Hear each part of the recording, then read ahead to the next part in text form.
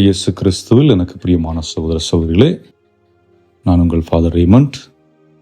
இன்று நாம் பார்க்க இருக்கின்ற நற்செய்தி பகுதி விபச்சாரத்தில் பிடிபட்ட ஒரு பெண்.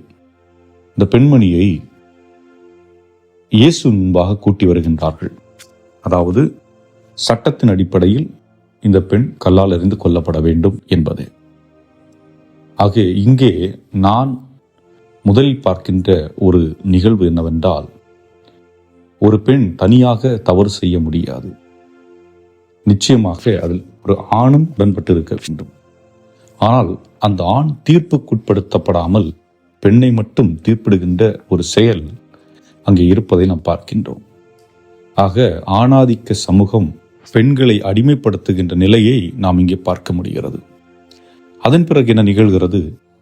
இப்பொழுது அவர்கள் எதிர்பார்க்கின்றார்கள், இயேசு இந்த பெண்ணை தீர்ப்பிட வேண்டும்.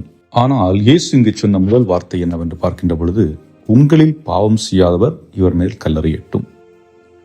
அதாவது நாம எதுக்கெடுத்தாலும் மற்றவங்களை குறை சொல்றதும் தீர்ப்பிடுறதும், அவன்தான் தப்பு செய்தான், அவன்தான் தப்பு செய்ய தூண்டினான், அவன்தான் அதுக்கெல்லாம் காரணம், அவள் தான் காரணம் என்று மற்றவர்களை குறை சொல்லியே பழக்கப்பட்டு விட்டோம்.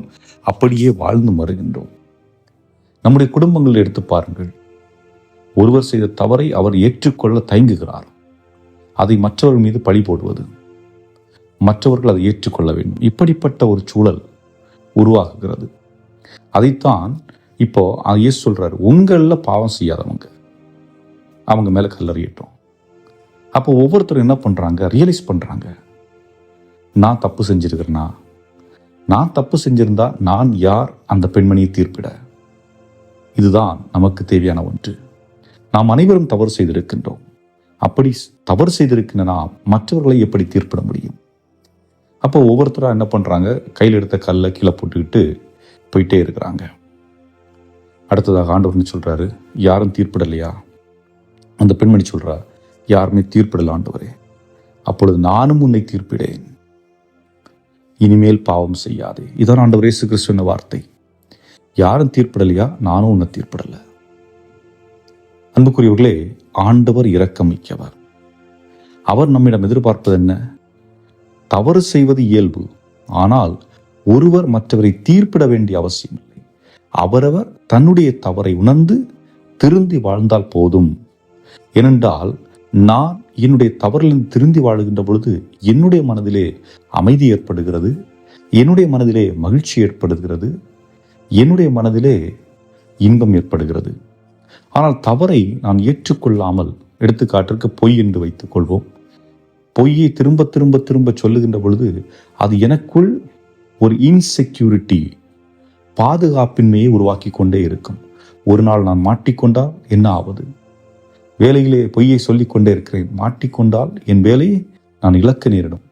கணவன் மனைவியிடையே பொய் சொல்லிக் கொண்டே இருக்கிறேன், ஏதாவது ஒரு நாள் தெரிந்து விட்டால் வாழ்க்கையே முடிந்துவிடும் என்பது போன்ற பயம், இன்செக்யூரிட்டி ஃபீலிங்கை எங்கே பார்க்க முடியும் என்றால் இது போன்ற நிலைகளிலே. ஆகவே அன்புக்குரியவர்களே, சிந்தித்து பார்ப்போம். நான் எனது வாழ்வை சரி செய்து இந்த சமூகத்திற்கு கொடுக்க வேண்டும். நான் எனது வாழ்வை சரி செய்து புதுப்பித்து ஒரு நல்ல மனிதனாக வாழ வேண்டும். அது குடும்பத்திற்கும் சரி, இந்த சமூகத்திற்கும் சரி. இதுதான் ஆண்டவர் இயேசு கிறிஸ்து விரும்புகின்ற ஒன்றாக இருக்கிறது. சிந்தித்தவர்களாக இன்றைய நாளிலே இறைவன் கரத்திலே நம்மை ஒப்புக் கொடுப்போம். என்றும் வாழும் இல்லாமல் இறைவா, நாங்கள் உம்முடைய பிள்ளைகளாக பிறரை தீர்ப்பிடாமல் எங்களுக்குள் இருக்கின்ற தவறுகளை உணர்ந்து அவற்றின் திருந்தி நாங்கள் வாழக்கூடிய அருளை மாற்றினையும் எங்களுக்கு தந்தருள எங்கள் ஆண்டவராய் கிறிஸ்து வழியாக மன்றாடுகின்றோம். ஆமென்.